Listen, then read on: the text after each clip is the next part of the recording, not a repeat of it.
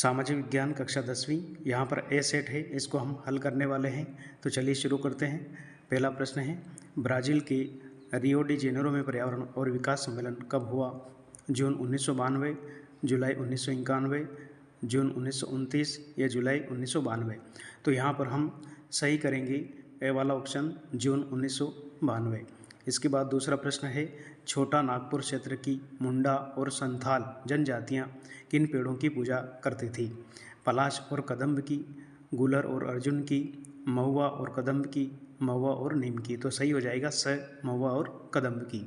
इसके बाद अगला प्रश्न है, प्रश्न नंबर 3, भारत की एक बड़ी जल संसाधन परियोजना जिसमें महाराष्ट्र, मध्य प्रदेश, गुजरात तथा राजस्थान सम्मिलित हैं।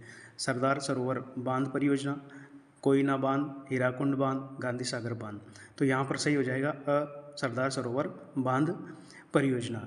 इसके बाद है, भारत की मुख्य खाद्यान्न फसल है चाय, जूट, धान या फिर रबड़। तो यहाँ पर से हो जाएगा धान। महात्मा गांधी की प्रसिद्ध पुस्तक का नाम है गोदान, हिंद स्वराज, गीतांजलि या भारत एक खोज। तो यहाँ पर सही करेंगे ब को, हिंद स्वराज। इसके बाद में हमारा अगला प्रश्न है, HDI का अर्थ है, यानी कि इसकी फुल फॉर्म है मानव विकास सूचकांक, मानव वृद्धि सूचकांक। पर राइट करेंगे मानव विकास सूचकांक। इसके बाद में अगला प्रश्न है, रिक्त स्थानों की पूर्ति कीजिए। पहला प्रश्न है, महात्मा गांधी राष्ट्रीय ग्रामीण रोजगार गारंटी अधिनियम 2005 के अंतर्गत दिनों के कार्य या रोजगार की गारंटी दी गई थी। कितने दिनों के रोजगार की गारंटी दी गई थी? तो यहाँ पर हम रिक्त स्थान लिखेंगे 100 दिनों के रोजगार की गारंटी दी गई। कृषि क्षेत्र की गतिविधि है, प्राथमिक रिक्त स्थान में लिखेंगे। उसके बाद है, मध्य प्रदेश का एक राष्ट्रीय उद्यान है, तो यहाँ पर हम कान्हा राष्ट्रीय उद्यान लिख सकते हैं। और सन में श्रीलंका स्वतंत्र राष्ट्र बना, कौन से सन में बना? तो यहाँ पर आ जाएगा रिक्त स्थान में हम लिखेंगे सन 1948 में श्रीलंका स्वतंत्र राष्ट्र बना। सरकार 2 या अधिक स्तरों वाली होती है, कौन सी सरकार होती है? यहाँ पर हम लिख देंगे संघीय सरकार, संघीय सरकार। अफ्रीका में 1890 में रिंडर पेस्ट था। ये क्या था? रिंडर पेस्ट एक पशु रोग था, रिक्त स्थान में आ जाएगा पशु रोग। सत्य असत्य लिखना है। प्रश्न नंबर 3 है, इसका पहला प्रश्न है, गैर नवीनीकरण साधन वो है जो कुछ ही वर्षों के उद्योग के पश्चात समाप्त हो जाते हैं। बिल्कुल सत्य है, तो यहाँ हमें सत्य लिखना है। दूसरा है, भारत में अब कुल 22 भाषाओं को संविधान की 8वीं अनुसूची में रखा गया है। ये भी सत्य है, तो यहाँ पर हमें सत्य लिखना है। भारत में संघीय व्यवस्था नहीं है, ये असत्य है, क्योंकि संघीय व्यवस्था है, तो यहाँ पर असत्य लिखना है। चौथे में, हल्दिया पत्तन कोलकाता का सहायक पत्तन है, ये भी सत्य है। प्राथमिक, द्वितीयक और तृतीयक क्षेत्र की गतिविधियां स्वतंत्र है, ये असत्य है, यहाँ सत्य लिखना था। मुद्रा के आधुनिक रूप में करेंसी यानी कि कागज़ के नोट और सिक्के शामिल हैं, ये भी बिल्कुल सत्य है।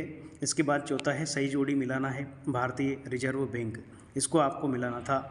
तीसरे थे, ऋण का औपचारिक स्रोत है, स्वामित्व के आधार पर क्षेत्रक होते हैं, तो यहाँ पर हमें इसको मिलाना था, सार्वजनिक और निजी क्षेत्र। तीसरा है, राजनीतिक पार्टियों के कार्य क्या हैं, चौथे से 5वें से मिलाना था, चुनाव और सरकार व्यवस्था। और डी में है, प्रिंट मीडिया, इनका काम है सामाजिक मुद्दों को उठाना एवं समाचार। चूना पत्थर, इससे बनता है सीमेंट, दूसरे से मिलाना था, साइमन कमीशन सन 1928। इस प्रकार से सही जोड़ी आपको मिलाना था, यहाँ पर आप ध्यान से देख लें। अब इसके बाद हमारा अगला प्रश्न है, प्रश्न नंबर 5, एक वाक्य में उत्तर लिखिए। भारत में पहली कपड़ा मिल किस स्थान पर लगी थी? मुंबई में, यहाँ पर आ जाएगा मुंबई। प्रथम विश्व युद्ध कब लड़ा गया? सन 1914 में, 1914 लिखना है। द्वितीयक क्षेत्र की गतिविधियों का नाम लिखिए। गन्ने से चीनी का निर्माण। अतीत में देशों को जोड़ने वाला मुख्य माध्यम क्या था? व्यापार। किसी राष्ट्र में सरकार विरोधी समूह की हिंसक लड़ाई जो युद्ध से लगी उसे क्या कहते हैं? उसे गृह युद्ध कहते हैं, तो यहाँ पर हमें लिखना था गृह युद्ध। परिवहन का कौन सा साधन सबसे सुविधाजनक है? वह है सड़क परिवहन, यहाँ पर हमें लिखना था सड़क परिवहन। इसके बाद में 2-2 नंबर वाले प्रश्न थे।